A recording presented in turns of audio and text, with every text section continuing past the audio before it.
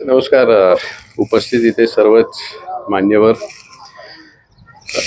फलटण नगरपालिकेतले शिवसेनेचे नगरसेवक, आमचे सगळ्यांचे मार्गदर्शक,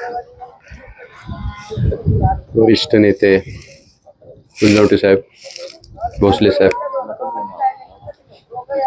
आता नावं न घेताच बोलतो, कारण दादांनी सगळ्यांचीच नावं घेतली.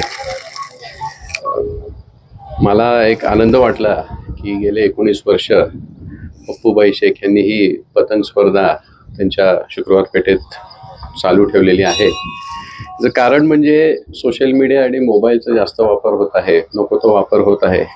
लहान पिढी मला वाटतं कुठेतरी बाहेर निसर्गात फिरण्याऐवजी मोबाईलमध्ये जास्त ग्रस्त असते. त्याच्यामुळे अशा आपण परंपरा प्रथा जर चालू ठेवल्या तर मुलांना एक पर्यायी हॉबी नाहीतर एक काहीतरी दुसरं काही करायचं एक संधी मिळते. त्याच्यामुळे मी त्यांचे पप्पूभाई शेख यांचे आभार मानतो आणि आपल्या सर्व फलटणकरांना आणि पप्पूभाई तुम्हालाही आणि तुमच्या समर्थकांना विनंती करतो की कृपया चायनीज मांजाचा वापर करू नका.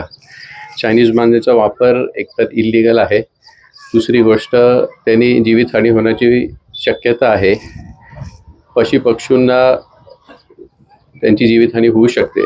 तसंच मला वाटतं जाधववाडीमध्ये सुद्धा एक केस झाली होती जिथे कोणतरी मरता वाचलेला आहे. त्याच्यामुळे सगळ्यांनाच विनंती करतो की चायनीज मांजाचा वापर करू नका आणि पारंपरिक पद्धतीने पतंग आणि पतंग स्पर्धेचा आपण सगळ्यांनी आनंद घ्या. नमस्कार.